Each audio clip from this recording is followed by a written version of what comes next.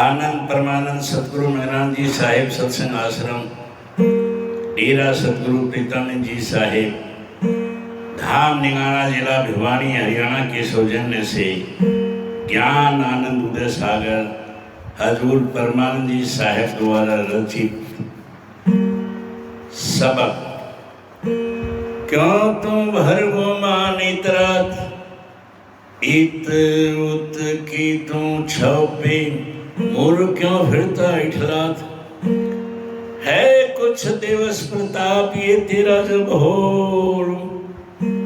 लो बरसात तापे मान समान होन को रे मद मूर्ख ललचात उदय भानु जब हो जानेंगे कोई न पूछे बात तब अभिमान सहज बह जावे क्यों पानी बरसात आंखें खोल रहे वो मूर्ख होते हैं प्रभात।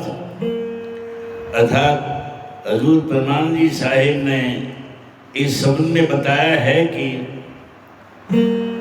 जीव किस लिए घमंड में इतरा रहा है, इधर उधर की छव में तुम मूर्ख कैसे इतराता फिर रहा है। ये कुछ दिन का खेला है, जब तक तुम्हारे अच्छे दिन हैं अपने अभिमान के विवश होकर क्यों इतना ला रहे थे।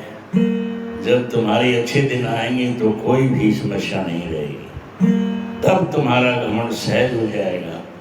जैसे वर्षा के समान जल में भरमार रहती है और इसलिए आँख खोल कर देखो पगले तुम्हारा अच्छा समय आ गया। दोहा एक नाम आधार है उसको जप मन मार दूजे में मन लगत ही भोगो कष्ट पार।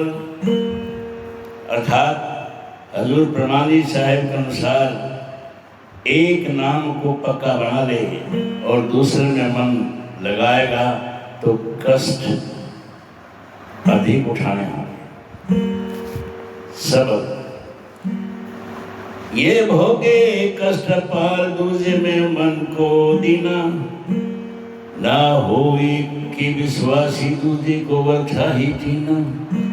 एक साधे सब सबते हैं और सब साधे सब जाते हैं। जैसे पापी जन दुनिया में बिन साधन सिद्ध कहलाते हैं। स्वार्थ से सिद्ध कहलाने को नए नए रूपचार करें। ऐसी नर युग युग दुख पावे भवसागर को न पार करें। पहले तो अमीरस पीले में फिर मस्त मगन हो जाते हैं। दुनिया को दुखों दे दे कर करके दुख पर दुख खूब उठाते हैं। पर क्या करते क्या करने लगे संसार के स्वार्थ में आकर। ऐसे नित दंड भोगते हैं ऊंचे से नीचे हो आक में आकर। कोई बने हैं फिरे हैं मढ़धारी कोई बने सत्ताधारी हैं। बिना नाव पार नहीं होंगे चाहे कितने ही बलधारी हैं। अर्थात हजूर परमानंद जी साहिब ने इस शब्द में बताया है कि जीव बहुत कष्ट उठाते हैं जो दूसरों के मन दे देते हैं। वे एक के विश्वासी नहीं होते और व्यर्थ में दूसरे को का ध्यान करते हैं। एक की साधना करने से सबकी साधना हो जाती है और सब और ध्यान करने से सब हाथ से जाते हैं। जिस तरह पाप करने वाले लोग बिन कुछ साधन किए सिद्ध कहलाते हैं और अपने स्वार्थ बस सिद्ध कहलाने को नए नए रूप बनाते हैं। और ऐसे लोग सदा सदा दुख पाते हैं और भवसागर पार नहीं कर पाते। पहले अमृत पान करके मस्त होकर मगन हो जाते हैं। दुनिया को धोखा देकर दुख पे दुख उठाने पड़ते हैं। इससे क्या करते और क्या करने लगे संसार के स्वार्थ के कारण इसमें फंसकर इस तरह नित प्रति दंड उठा रहे हैं, ऊंचे से नीचे के स्थान पर आकर। कोई मणिधारी बने फिरते हैं, कोई सत्ताधारी हैं, बिना सतगुरु के पार नहीं होंगे, चाहे कितने ही बलशाली।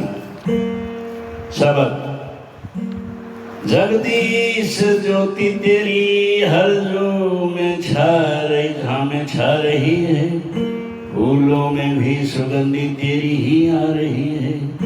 बागों की क्यारियों में बेला गुलाब गेंदा, सूरजमुखी भी तेरे गुणगान गा रही है। और मोर और पपैया दोनों मद होश नया क्यों है, कोयल भी प्रेम भक्ति तेरी सुना रही है। चींटी से लेकर हाथी तक जितने जीवधारी, गंगोत्री से गंगा बयाज सुना रही है, धुन सुना रही है। तेरे प्रताप से ही जैसे ही सब सितारे शक्ति फक तेरी इनको घुमा रही है। अर्थात हजूर परमानंद साहब ने सो में कहा है कि हे विधाता, तेरी ज्योति हर जीव पर छा रही, फूलों में जो सुगंध है वो तेरी ही आ रही है। उपवन में भी, क्यारियों में बेला गुलाब और गेंदा और सूरजमुखी भी तेरी गुणगान गा रही। मोर और पपैया दोनों आपके नाम से मदहोश हैं, और कोयल भी प्रेम भक्ति आपकी ही सुना रही है। कीड़ी से हाथी जितने छोटे बड़े जीव हैं, और गंगोत्री से गंगा तक वह धुन सुना रही हैं। आपकी दया से ही सितारे जल रहे हैं, और आपकी ही शक्ति से ही ये परिक्रमा कर रहे हैं। आना